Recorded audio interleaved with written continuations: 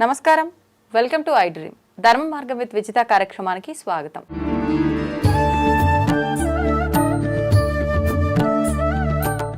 ప్రస్తుతం మనతో పాటు ఉన్నారు ప్రముఖ ఆధ్యాత్మికవేత్త జ్యోతిష పండితులు సుభాష్ శర్మ గారు. ఇప్పుడు వారితో మాట్లాడేద్దాం. నమస్కారం గురుగారు.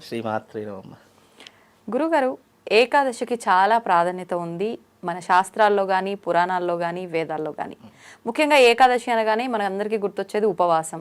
ఉపవాసం ఉండాలి అని చెప్పి, అది కూడా చాలా నియమంగా ఉండాలి. ఆ రోజున అసలు అన్నం అనేది తినకూడదు అని చెప్పి అంటారు. అయితే నిజంగా ఇది తినటం వల్ల ఏమైనా దోషమా? ఎందుకు ఇలాంటి నియమం పెట్టారు? ఏదైనా నియమం పెట్టారంటే దాని వెనకాల ఏదో ఒక చరిత్ర, విశిష్టత ఉంటుంది కదా. ఏంటి దాని వెనకాల ఆంతర్యం? ముఖ్యంగా ఇప్పుడు మనకు వచ్చే వైకుంఠ ఏకాదశి అనగానే ఇంకా ఎలాంటి నియమాలు పాటించాలి? ఆ రోజు ప్రత్యేకించి ఉత్తర ద్వార దర్శనం అని చెప్పి స్వామివారిని ఉత్తర ద్వారంగానే దర్శించుకోవాలని చెప్పి అంటారు. ఎందుకు ఈ విధానం వచ్చింది? ఎప్పటి నుంచి ఉంది ఈ విధానం? అవన్నీ కూడా తెలియజేయండి. తప్పకుండా తెలియజేస్తాను. ముందుగా ప్రేక్షకులందరికీ శ్రీమాత్రే నమః, శ్రీ గురుభ్యో నమః. మనకు ఏకాదశి అనేటటువంటిది ఉపవాస దీక్షకు పెట్టినటువంటిది పేరు.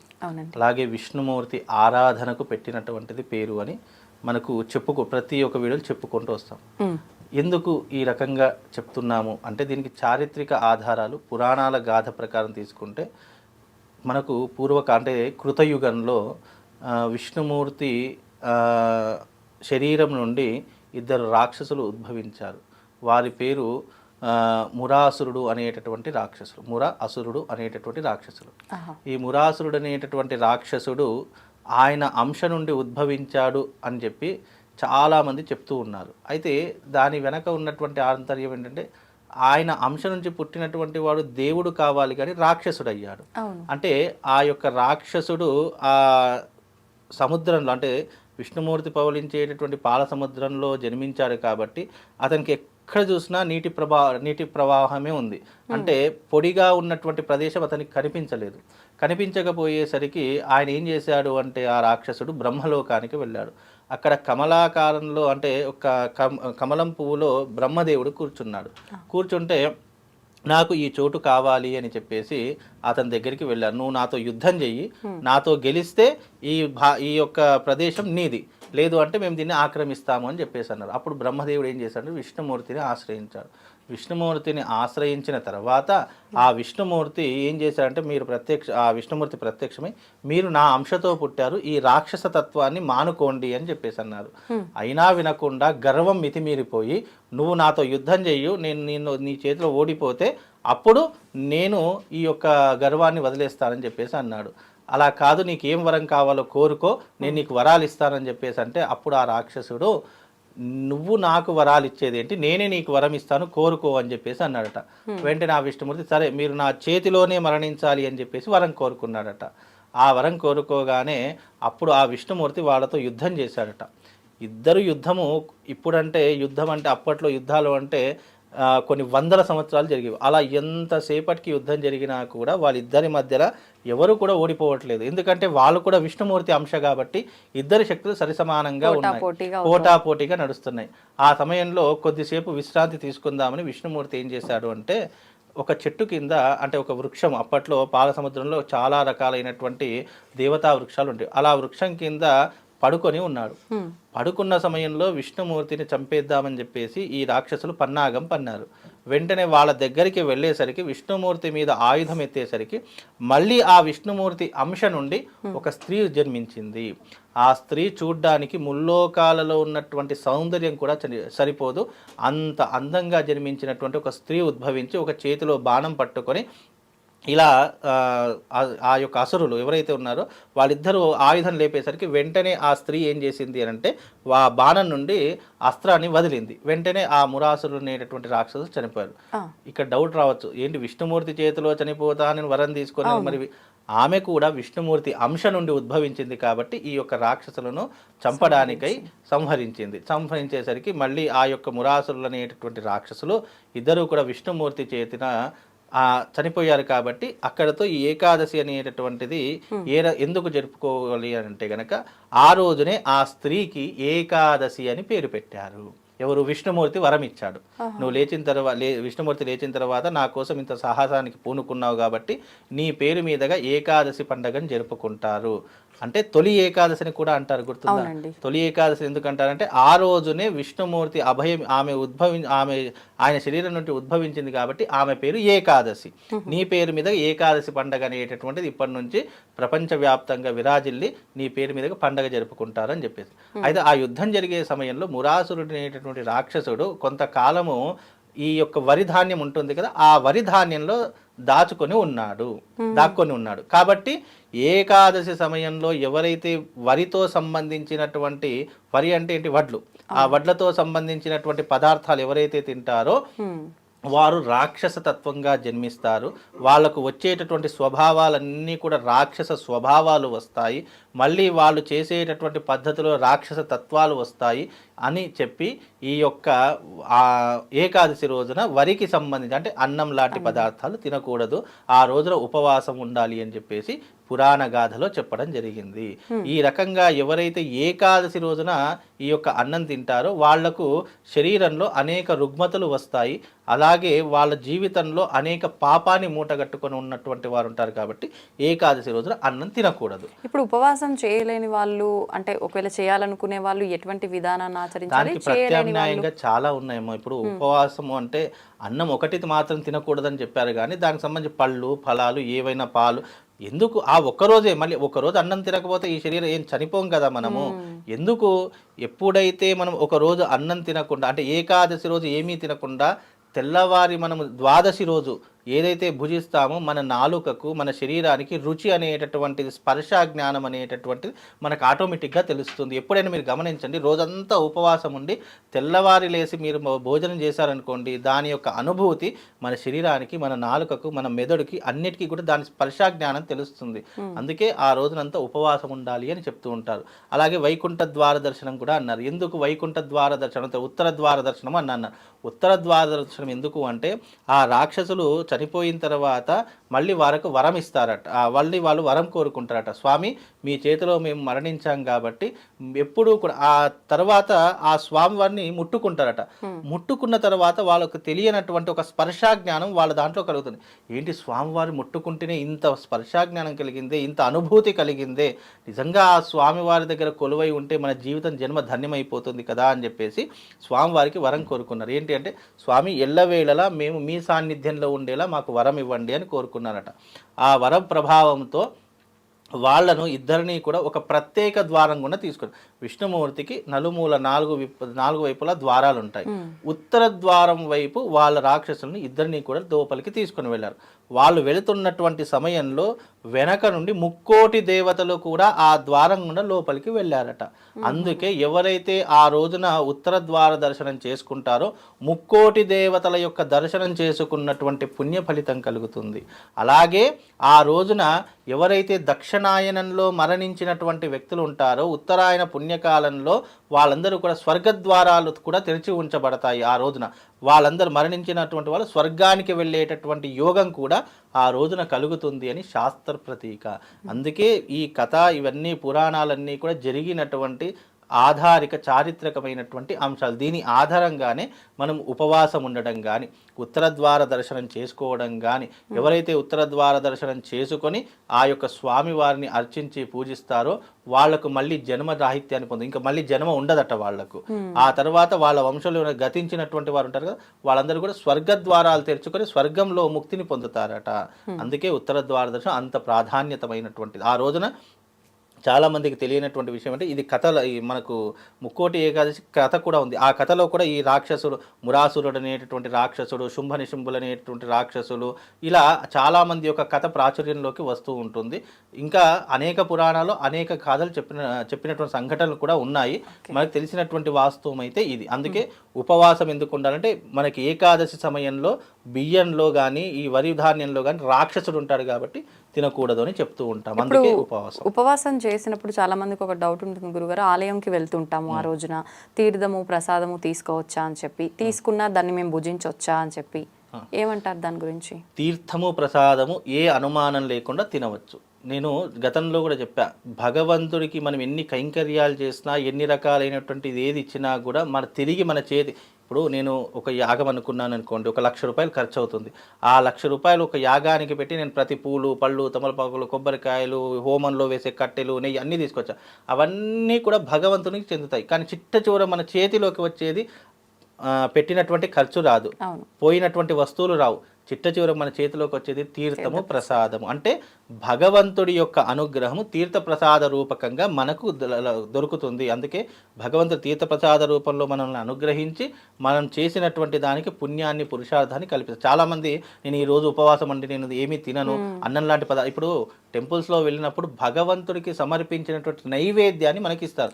నైవేద్యం అంటే ఏంటి? భగవంతుడు స్పృశించినటువంటి నైవేద్యం ప్రసాద రూపకంగా మారుతుంది. ప్రసాదము ఎప్పటికీ కూడా వద్దు అని అనకూడదు. ఎవరైనా ఇచ్చినా కానీ దాన్ని వేరే వాళ్ళకి ఇవ్వడం కానీ, అలా ఇచ్చినా కానీ మన పుణ్యం అంతా వాళ్ళకి వెళ్ళిపోయి వాళ్ళ పాపం అంతా మనకు రావడం జరుగుతుంది. అందుకే ఏ గుళ్ళోకి వెళ్ళినా మనం ఉపవాసం ఉన్నా, ఏ దీక్షలో ఉన్నా ప్రసాదం మాత్రం తప్పకుండా తినేతిరా. అది అన్న ప్రసాదమా, లేదా పులిహోరనా, దద్దోజనమా, పాయసమా, పరమ, ఇవన్నీ ఏమీ ఆలోచించం. భగవంతుడి యొక్క ఆలయంలో వచ్చింది ప్రసాదంతో సమానం. అది సాక్షాత్తు భగవంతుడు మనకిచ్చినటువంటి అనుగ్రహంగా భావించి మనం తీర్థము ప్రసాదం తీసుకోవచ్చు. ధన్యవాదాలు గురువు. మనకు ఈ డిసెంబర్ మాసంలో వచ్చే 30వ తారీఖున ఏకాదశి, ముక్కోటి ఏకాదశి, దీన్ని వైకుంఠ ఏకాదశి అంటాము. స్వామివారిని ఉత్తర ద్వారం గుండా దర్శనం చేసుకుంటే చాలా విశేషమైన అనుగ్రహం పొందవచ్చు అని చెప్పి అంటూ ఉంటారు. ఎందుకు ఇంత వైశిష్ట్యం ఈ ఏకాదశికి? అంటే మనకు సంవత్సరం అంతా కూడా ప్రతి మాసంలో 2 ఏకాదశులు, ఇలా చూసుకుంటే 24 ఏకాదశులు మనకు వస్తాయి. విశేషంగా కొన్ని మాత్రం చాలా ప్రత్యేకమైనవి, అందులో చాలా ముఖ్యమైనది. ఎందుకని అంటే దీనికి అర్థాలు తెలుసుకుందాం. చాలామంది ఏకాదశి అనేటువంటిది 11వ రోజుగా అందరికీ, ఏకాదశ రుద్రులు, ఏకాదశ చంద్రులు, సూర్యుళ్ళు రకరకాలుగా ఉన్నాయి. కొన్ని లెక్కలే తీసుకున్నాము. లెక్క పెట్టలన్నీ సూర్య మండలాలు ఉన్నాయి, సూర్య లోకం ఉన్నది. దాని గురించి కూడా ఈ విషయం ఇంకా విపులంగా చెప్దామనే ఉద్దేశంతో ఈ విషయాన్ని కూడా నేను మీకు ప్రస్తావన చేయడం జరుగుతుంది. అలాగే ముక్కోటి అనే పదాన్ని తీసుకోండి. ముక్కోటి అంటే శివుడని అర్థం వస్తుంది. తర్వాత ముక్కోపి అంటే ముక్కు మీద కోపం అని కూడా అర్థం వస్తుంది. అది కాదు, ముక్కోటి అంటే 3 కోట్లు అని కూడా అర్థం వస్తుంది. అంటే అంత ప్రచండమైన, ప్రభావవంతమైన, అద్వితీయమైన శక్తి కలిగినది. అంటే అంత దేవుళ్ళకు ఉండే శక్తి, ముక్కోటి దేవతలకు ఉండే శక్తి ఈరోజు విశేషంగా స్వామి దర్శనం చేసుకున్నప్పుడు అంత అనుగ్రహము, ఆశీర్వచనాలు మనకి లభిస్తాయనేటువంటిది ఒక పూర్వులు మనకిచ్చిన నమ్మకం కాదు, వరం. ఎందుకంటే అందరూ కనీసం ఆ ఒక్క రోజన్నా విశేషంగా చేస్తారు. అందులో ఈ విష్ణు సంబంధించినటువంటి స్వామివారు ఆయన రక్షకుడు. 3 దేవుళ్ళలో బ్రహ్మ, విష్ణు, మహేశ్వరులలో స్థితి లయకారాలు ఇవన్నీ మనం చెప్పుకుంటూనే ఉంటాం. విష్ణువు యొక్క ఏంటంటే పాలకుడు, రక్షకుడు, పోషకుడు. ఈ 3 కలిపి ఈ 2 దేవుళ్ళ కంటే ఈ యొక్క స్వామివారిని, విష్ణు స్వామివారికి ఎక్కువగా ప్రాధాన్యత ఇప్పటి వరకు ఇస్తూ ఉన్నారు. ఇక ముందు కూడా ఇస్తాం, ఎందుకంటే కంటిన్యూటీ ఉంది కాబట్టి. వారు చాలా కష్టాలు పెట్టి, పరీక్షలు పెట్టిన తర్వాత కానీ ప్రత్యక్షం కాడు ఈ స్వామి. మిగతా భోళా శంకరుడు వీళ్ళంతా పాపం ఈజీగా ప్లీజ్ అయిపోతారు. నెక్స్ట్ కొంచెం కష్టంగా, అంటే శంకరులు తర్వాత కొంచెం కష్టంగా ఉండేది బ్రహ్మస్వామి. వారు కూడా కొంచెం కష్టపడతారు. బ్రహ్మని ఎవరు ఆరాధించరు. అంటే ఆరాధించరంటే ఒకే ఒక గుడి ఉన్నది ఈ ప్రపంచంలో. దానికి శాపము, ఇవన్నీ కొన్ని కారణాలు, చరిత్ర ఉన్నది. కానీ బ్రహ్మ అంటే క్రియేటర్ అని అందరికీ తెలుసు. మనం కూడా బ్రహ్మ కంటే తక్కువ కాదు. మనం ప్రతి సెకండు, ప్రతి నిమిషము కూడా ఒకటి ఆలోచిస్తూ ఉంటాము. ఒక ఆలోచన మెదడులో వస్తే we are try to creating some new, ప్రతి ఆడ మగ అనే భేదం లేకుండా. అంటే ఏమిటి? బ్రహ్మతత్వాన్ని, బ్రహ్మ సృష్టించిన ఈ మానవ సృష్టిలో కూడా అది దాగి ఉన్నదనే ఒక కొత్త కోణం మనం ఈరోజు చర్చకి తీసుకుంటున్నాం. అందుకని మనం కూడా బ్రహ్మలమే, మనం కూడా వారిలాగా సృష్టి కాకపోయినా మన జీవన విధానానికి సరిపడా ఒక సృష్టి చేయడానికి మనం అహర్నిశము కూడా పాటిస్తూ ఉంటాము, శ్రమిస్తూ ఉంటాము. ఈ యొక్క స్వామివారి గొప్ప విశేషము ఆ రోజు ఉపవాసాలు ఉండి వ్రతం తీసుకొని ద్వాదశి రోజు కొంతమంది స్వీకరిస్తూ ఉంటారు ప్రసాదాలు. ఆ రోజు ఉపవాసాన్ని దీక్షలో ఉండేవాళ్ళు ఉంటారు. ఉండడమే కాకుండా వాళ్ళు మనస్ఫూర్తిగా ఆ స్వామి యొక్క శరణాగతిని అవుతూ ఆ స్వామి యొక్క కృపకి పాత్రత పొందడానికి వీలైనటువంటి వారు క్రియ చేయగలిగిన నాడు ఆ స్వామి యొక్క విశేషమైనటువంటి అపారమైనటువంటి సంపద ఆశీస్సులు మనకి లభిస్తాయి. కానీ చాలామంది ఉపవాసం ఉంటారు, కొన్ని తీసుకుంటారు. అవును, అది కరెక్ట్ కాదు. అంటే ఏకాదశి ఉపవాసం అసలు ఏమి తీసుకోకుండా చేయాలా? ఉపవాసము, ఉప అంటే దగ్గరగా, వాసము అంటే ఉండుట. అంటే ఉపవాసము అంటే దగ్గరగా దేనికి ఉండుట? స్వామికి దగ్గరగా ఉండుట, దేవుడికి దగ్గరగా ఉండుట అసలు అర్థం అది. అంతేగాని మన ఉపవాసాలన్నీ కూడాను అన్నం మానేసి మిగతావి 2-3 ఇంతలు హాయిగా భుజిస్తూ ఉంటాం. అది ఎంతవరకు కరెక్టు? తిన్న తర్వాత నిద్ర రావడం సహజం. పాలు తాగినా, జ్యూస్ తాగినా, ఏదైనా అది తప్పు లేదు. టిఫిన్ కూడా చేస్తారు కొంతమంది. అవును, అవన్నీ కాదు. ఉపవాసం అంటే నిజం ఆకలేదమ్మా. ఇంకో విషయం చెప్తున్నా, దృష్టి కనుక భగవంతుడి మీద మీరు పెడితే మీకు ఆకలే వేయదు. ఆకలి వేయకపోతే మీకు తప్పకుండా మీరు ఉపవాసాన్ని సార్థకత చేసుకున్నట్టే, దాన్ని ఫలితం మీకు వస్తుంది. ఎప్పుడైనా ఏకాగ్ర చిత్తంతో మీరు కనుక ఏ పని చేసినా సక్సెస్ ఉంటుంది. ఏకాగ్ర చిత్తంతో చదివితే పాస్ అవుతాం. ఆపరేషన్స్ డాక్టర్స్ చేస్తారు, ఏకాగ్రతగా సరిగ్గా చేయకపోతే ఆపరేషన్ ఫెయిల్ అయిపోతుంది. చదువే కాదు, చికిత్సే కాదు, నేర్చుకునేది ఏదైనా కానీ, చూసేది ఏదైనా సరే ఏకాగ్రత అవసరం. చేసేది ఎలాగూ చేస్తాం, అది శ్రద్ధతో చేస్తే మీకు ఆ భక్తికి ఫలితం ఉంటుంది. స్వామి మిమ్మల్ని అపారంగా విశేషంగా బిడ్డని హత్తుకుంటాడు. అది ఎంత అవసరం మనకి ఇప్పుడు. అందుకే కదా మరి ముక్కోటి ఏకాదశి రోజు విశేషంగా రకరకాలు చేసిన ఉపవాసం ముఖ్యం, ఆ స్వామిని హృదయంలో నిలుపుకోవడం ముఖ్యం. టోటల్ సరెండెన్స్గా ఉంటూ చేసినప్పుడు ఏ ద్వారంలో దర్శనాలు చేసుకున్నా స్వామివారిదే. ఉత్తర దక్షిణ ధృవాలు. సరే, ఇప్పుడు ఉత్తరం మాట్లాడతాం, ఇంకోసారి దక్షిణం మాట్లాడతాం. ద్వారాలు హృదయ ద్వారాన్ని తెరుచుకోవాలి. హృదయ కవాటాన్ని ఏ మానవుడైతే తెలుసుకుంటాడో ఆ హృదయంలో వారు దేదీప్యమానంగా కొలువై ఉన్నారు. వారిని దర్శించమని, ఆ ద్వారం తెరుచుకోమని నేనంటాను. ఈ ద్వారం సరే తెరుచుకుంటాం, క్యూలో ఉంటాం, 1 మైల్ దూరం క్యూలో ఉండొచ్చు. ఆ క్యూలో ఉన్నప్పుడు కూడా కనీసం ఆ స్వామినామం చేయమంటాను నేను. ఇంకా జరగలేదు క్యూ, ఇంకా నేను అంత దూరంలో ఉన్నాను, ఇంకా రాలేదు, గంట అయింది, ఇంకో గడప దాటలేదు, ఈ గొడవలు ఇది వద్దు. ఇది ఉంటే ఇంకా మరి స్వామివారు ఎప్పుడు మీకు దర్శనాలు ఇస్తారు? స్వామివారిని చక్కగా ఏకాగ్రతగా క్యూలో ఉన్నా సరే నామం చేయండి, గడప దాటుతున్నా నామం చేయండి.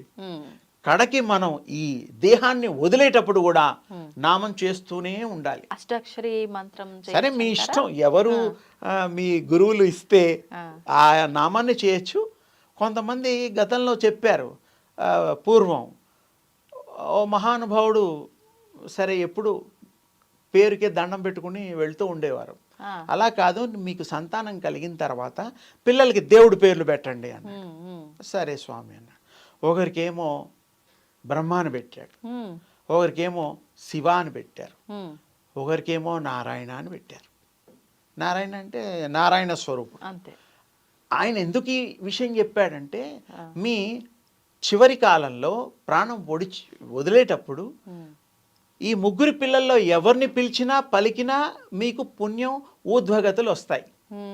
కనీసం వ్యాపారంలో అబద్ధాలు అవి అంటే పైలోకాలు, మంచి లోకాలు, ఊర్ధ్వంగా మంచి స్థితి. అయితే ఆ మంచాన పడ్డాడు ఒకరోజు, పాపం ఏజ్ కదా. అయితే కర్మ బుద్ధి ఎలా ఉందో అది చెప్తున్నారు ఇక్కడ. 3 పిల్లలు ఉన్నారు. ఫస్ట్ వాడు మరి నారాయణుడు. సరే వాళ్ళందరూ పెద్దవాడిని పిలవాలి కదా రేపు చేయాల్సిన కార్యక్రమాలన్నీ కూడాను.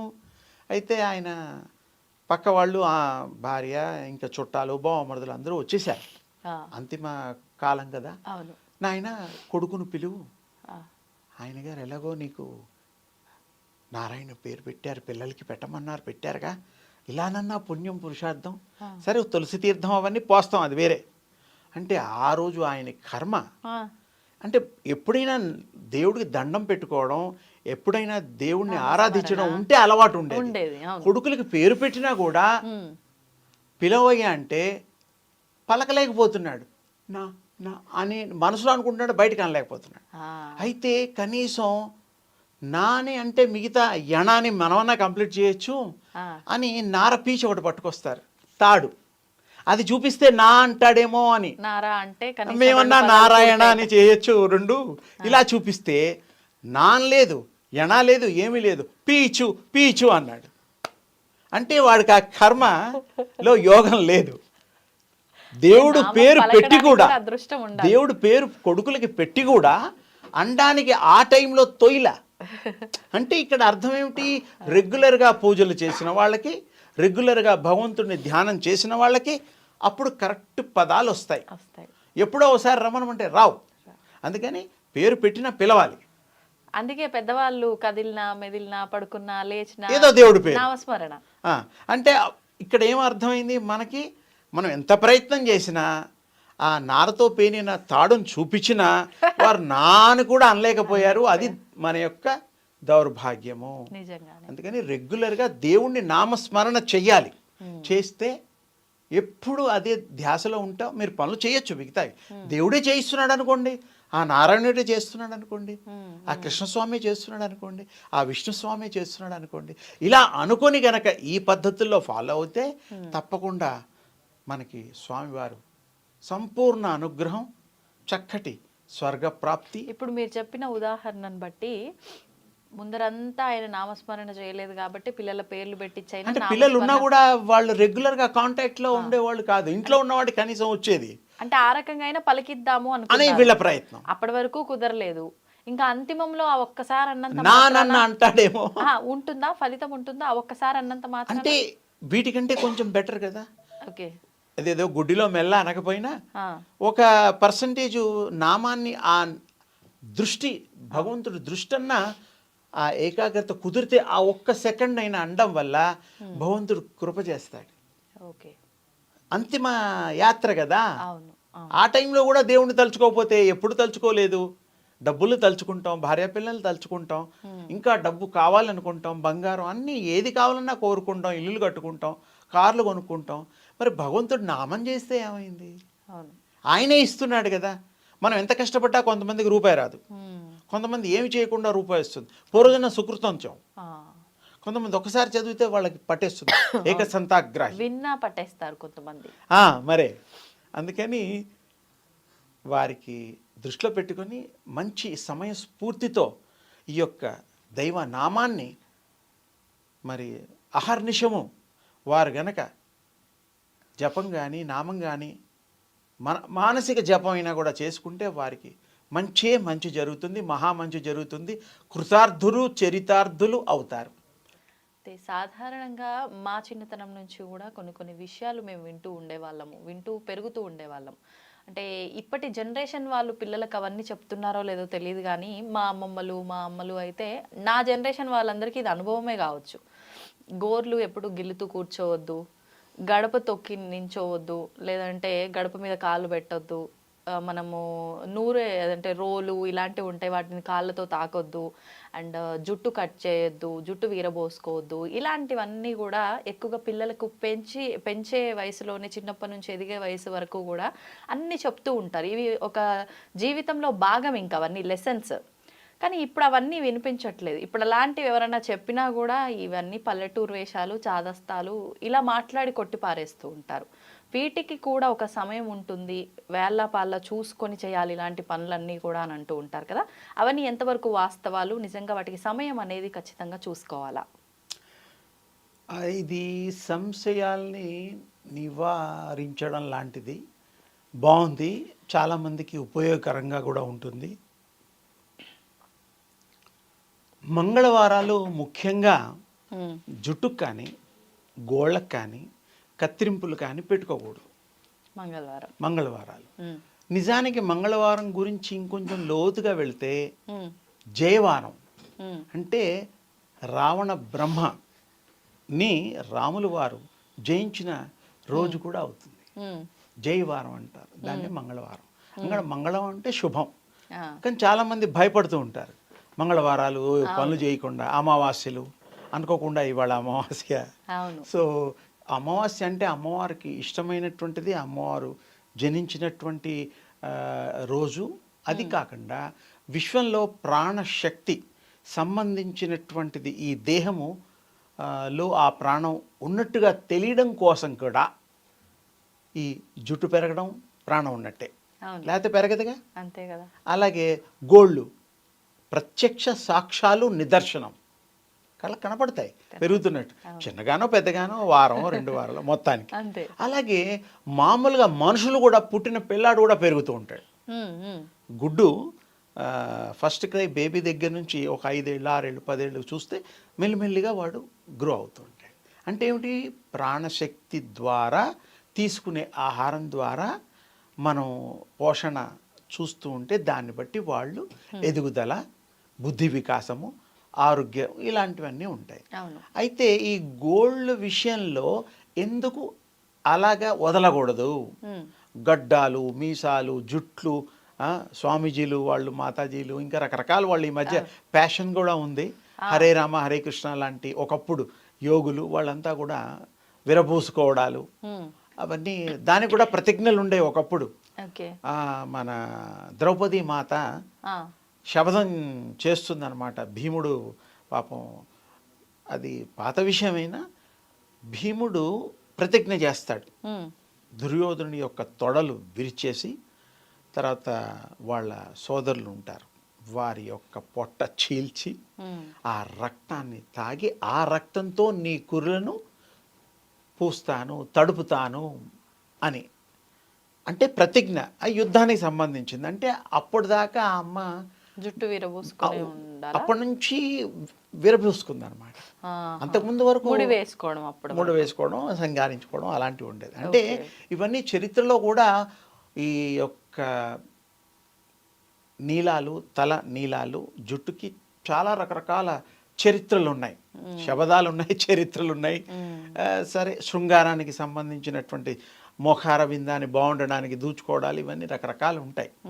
కానీ ఇప్పుడు పరిస్థితి మారి రకరకాలుగా సరే వాళ్ళు చిన్నగా చేసుకోవడం, రకరకాలుగా మరి బాబ్డీ హెయిర్ టైప్, ఎవరు ఏదైనా చేసుకోవచ్చు. ఎందుకంటే వాళ్ళ ఇష్టాన్ని వాళ్ళు, ఆ స్వేచ్ఛ ఉంది.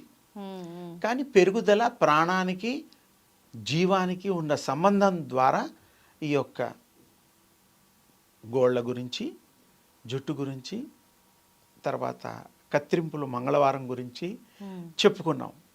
అలాగే వ్రతాల్లో కూడా వాళ్ళు ఏదైనా దీక్ష ఉంటే జుట్టు కత్తిరించరు, గడ్డం, గోళ్ళు ఇలాంటివేవి ఉండవు. అంటే దీక్షలో కూడా కత్తిరించకూడదు.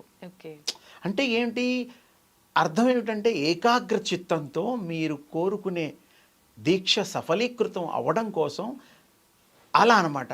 ఇక ఒంటి మీద సోయి ఉండకూడదు. లేకపోతే ఇది అది ఆకలిస్తుంది, జుట్టు పెరిగింది, నన్ను ఎవరో చూస్తున్నారు, నాకు బాగాలేదు, ఎవరైనా వెక్కిరిస్తారు, ఇలాంటివి వద్దు. దీక్షలో వాడికి ఏమిటి? భగవంతుడి మీద దృష్టి. అంతే. అందుకని ఆ దీక్ష సమయాల్లో కూడా కత్తిరింపులు నిషేధం. పుట్టేప్పుడు మనం దాన్ని ఆరోగ్యరీత్యా కూడా, రంగుల్లో కూడా మనం చూసుకొని, హెల్త్ పాయింట్ ఆఫ్ వ్యూలో కూడా మనం చూస్తే ఆ రంగులు మారితే హెల్త్లో చేంజెస్ను కూడా మనం దృష్టి పట్టుకోవచ్చు. అలాగే జుట్టు కూడా ఊడిపోవడాలు, ఇలా రకరకాలు ఉన్నాయి.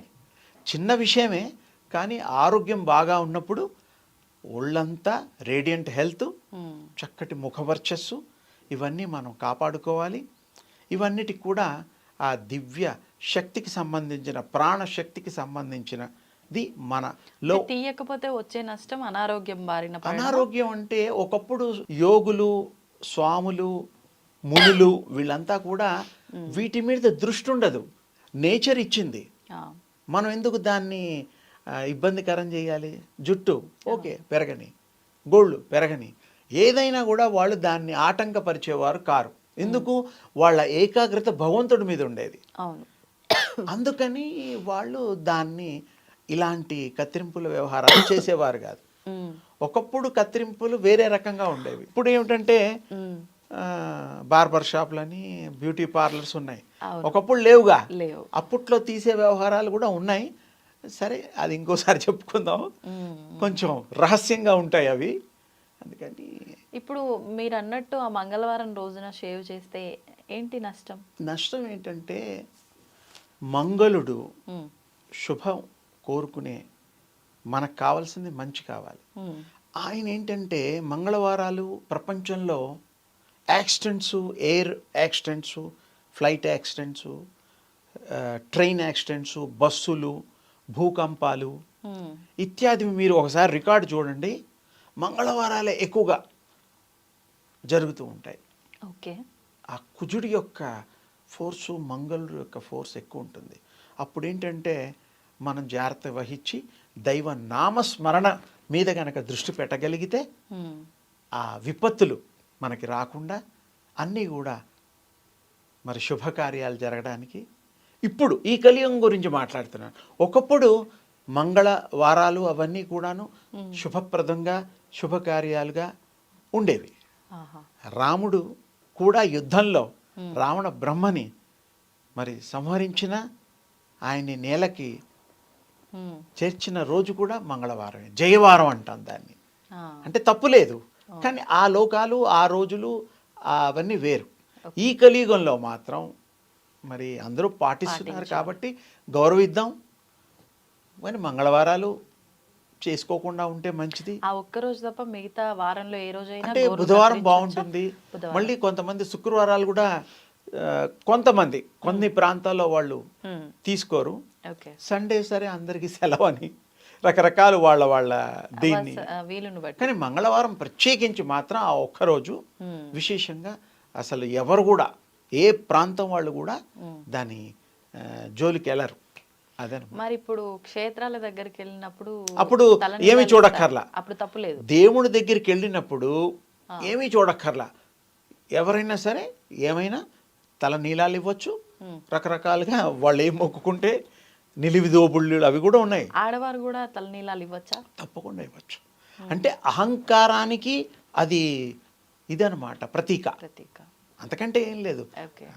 అందుకని మనం మంచిని కోరి, మంచిని పెంచి, మంచిని పంచేటువంటి కార్యక్రమాల్లో సర్వ మానవాళి గనక ఉన్నప్పుడు శుభప్రదం, జయప్రదంగా మనం అంతా జీవన విధానాన్ని సౌఖ్యంగా మనం మరి అలలారుతుంటాము, వెలిగిపోతూ ఉంటాము.